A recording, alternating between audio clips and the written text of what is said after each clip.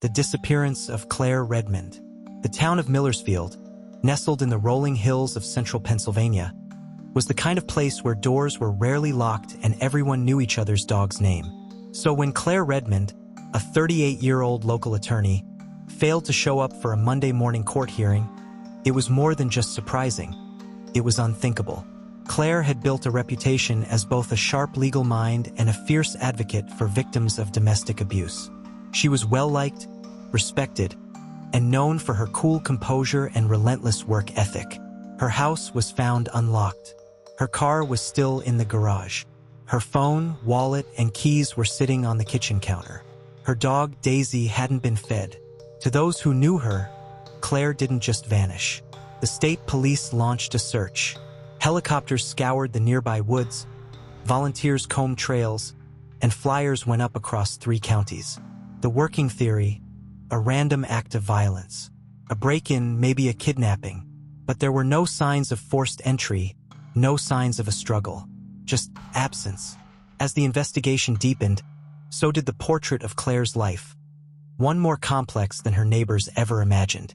Detective Laura Jensen, who had worked missing persons for nearly 15 years, began by tracing Claire's recent contacts.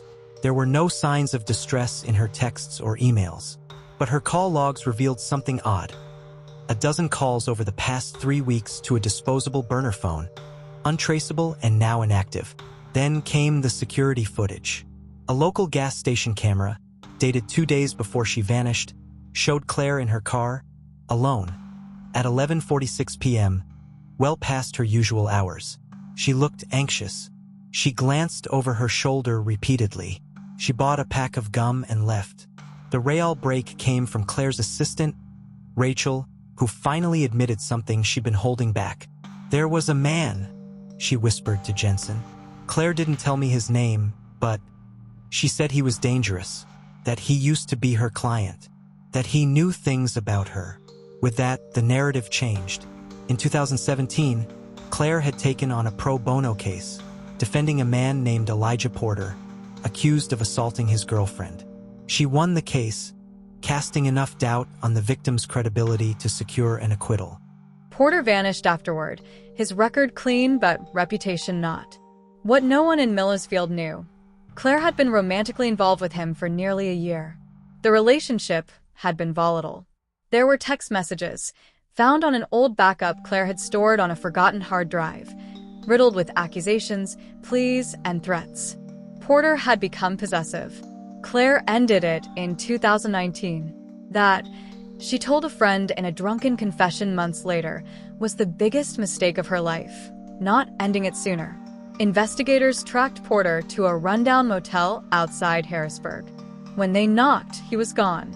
But what they found inside chilled even the most seasoned officers. Pictures of Claire, surveillance photos, notes and journals about getting her back, making her see, and if I can't have peace, neither can she. 10 days later, Claire's car was found, abandoned near Lake Winhall, 30 miles from town. Her coat was in the trunk. Her scarf, torn, was found by the waterline. The search intensified, diverse brought-in cadaver dogs working the surrounding woods. On the 13th day, they found her body in a shallow grave covered with pine branches, less than half a mile from the water.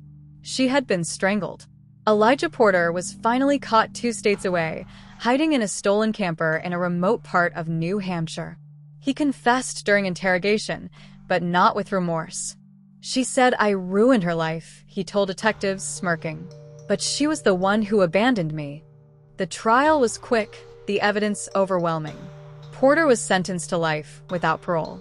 The courtroom was silent as the judge delivered the verdict, but outside, a cluster of Millersfield residents stood holding candles, tears cutting trails down their cheeks. In the months that followed, the town mourned. A scholarship fund was established in Claire's name to support law students pursuing domestic violence advocacy. The courtroom where she worked was renamed the Claire Redmond Justice Center. Detective Jensen, reflecting on the case during a local interview, summed it up best. Claire spent her life helping people escape the very darkness that eventually consumed her. But we don't let the darkness win. That's how we honor her. And so Millersfield, scarred but not broken, carried on. But behind every smile at the coffee shop, every quiet moment at town hall, lingered the memory of Claire Redmond, and the reminder that even in the safest places, secrets can be deadly. And while Claire Redmond's case may be closed, the secrets it unearthed now rest in the shadows of justice, locked away in the true crime vault.